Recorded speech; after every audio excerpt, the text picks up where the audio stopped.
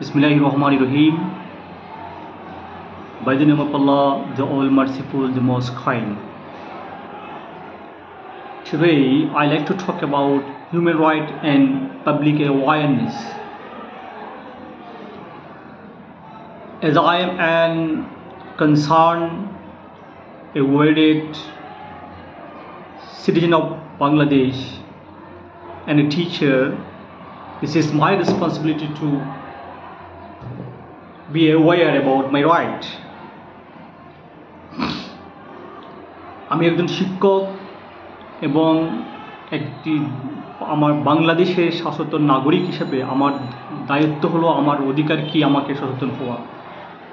Not only me, শুধু আমি না, সমস্ত মানুষের উচিত তার দেশের নাগরিক হিসেবে, দেশের সচেতন নাগরিক হিসেবে তার কি অধিকার সে পাবে তা অবশ্যই জানা জরুরি।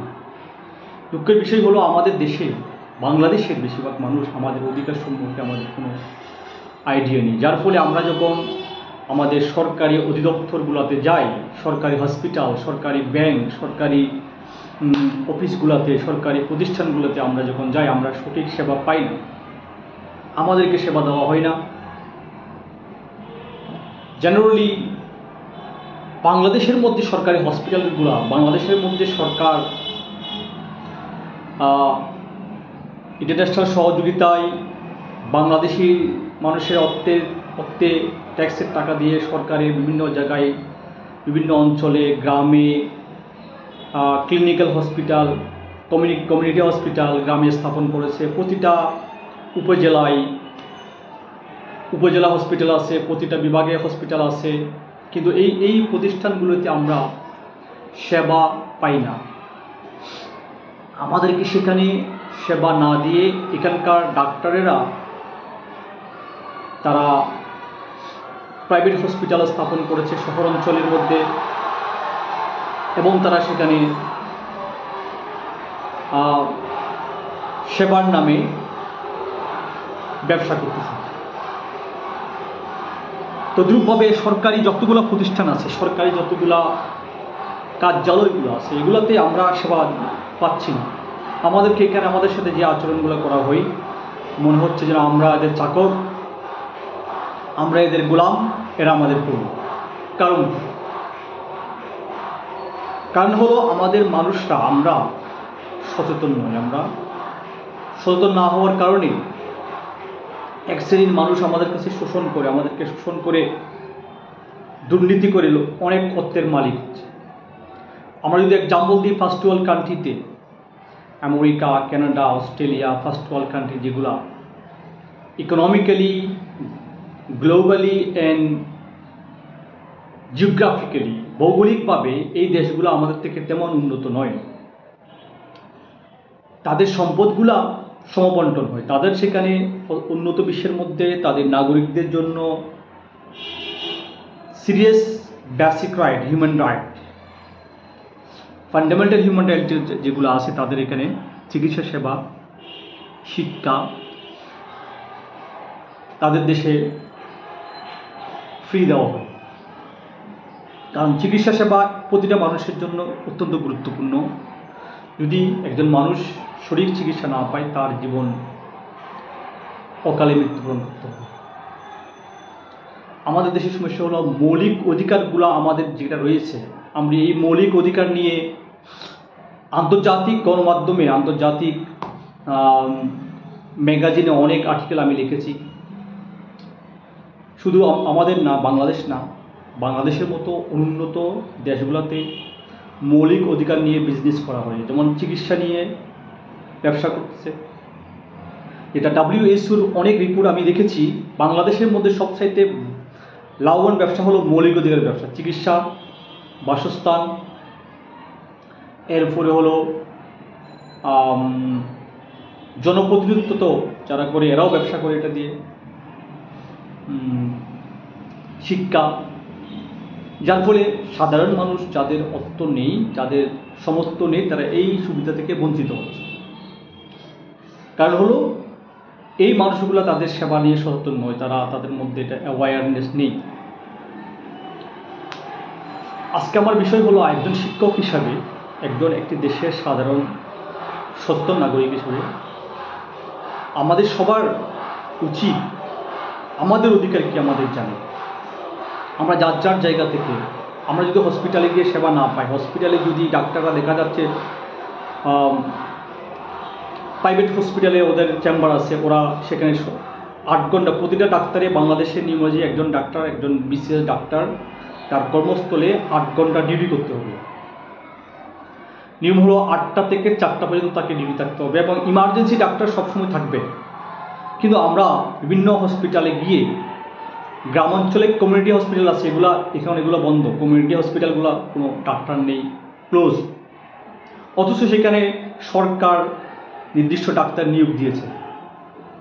উপজেলা হসপিটালগুলোর মধ্যে সরকার নির্দিষ্ট ডাক্তার নিয়োগ দিয়েছে, কিন্তু এখানে ডাক্তার নেই। এই ডাক্তারগুলো শহরে এসে তাদের নিজস্ব চেম্বার খুলেছে। আপনি দেখবেন বাংলাদেশের মধ্যে যতগুলা বেসরকারি হসপিটাল আছে এগুলোর সবগুলোর বেশিরভাগই মালিক ডাক্তাররা। এবং ডাক্তারদের যদি আয়ের উৎস খোঁজা হয়, দেখা যাবে তারা অনেক অর্থের মালিক।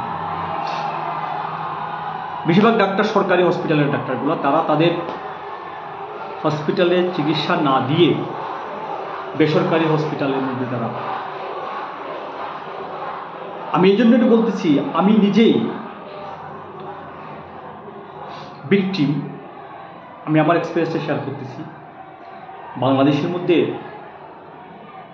আমাদের মতো মানুষরা সচেতন না হওয়ার কারণে, আমরা সবাই সচেতন না হওয়ার কারণে আমরা প্রতিটা স্তরে আমাদের অধিকার থেকে বঞ্চিত হচ্ছি। আমি অনেক প্রতিষ্ঠানে শিক্ষকতা করেছি, অনেক প্রতিষ্ঠানে আমি লেকচারার ইন ইংলিশ হিসেবে কাজ করেছি দীর্ঘ 10 থেকে 15 বছর।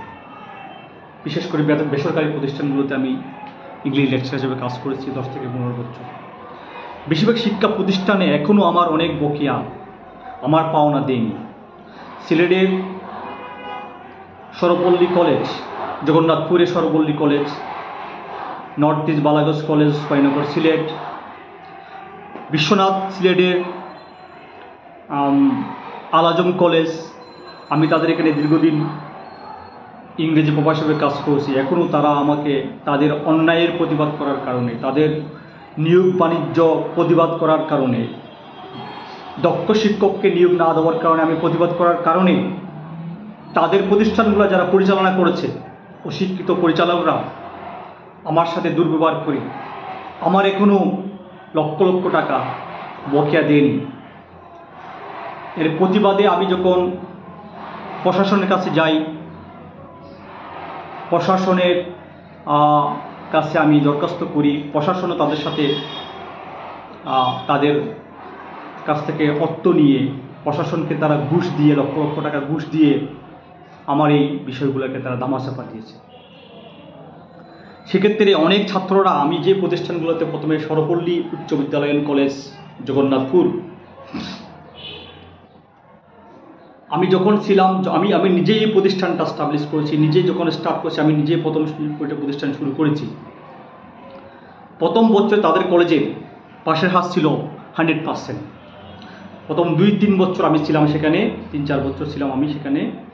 প্রতি বছর তাদের হার ছিল, প্রথম ছিল 80%, এরপরে ক্রমান্বয়ে 100%। আমাকে সেখান থেকে বিতাড়িত করার পরে তাদের পাশের হার ছিল ইংরেজিতে, আমি ইংরেজি পড়াতাম, ইংরেজিতে ফেল করেছে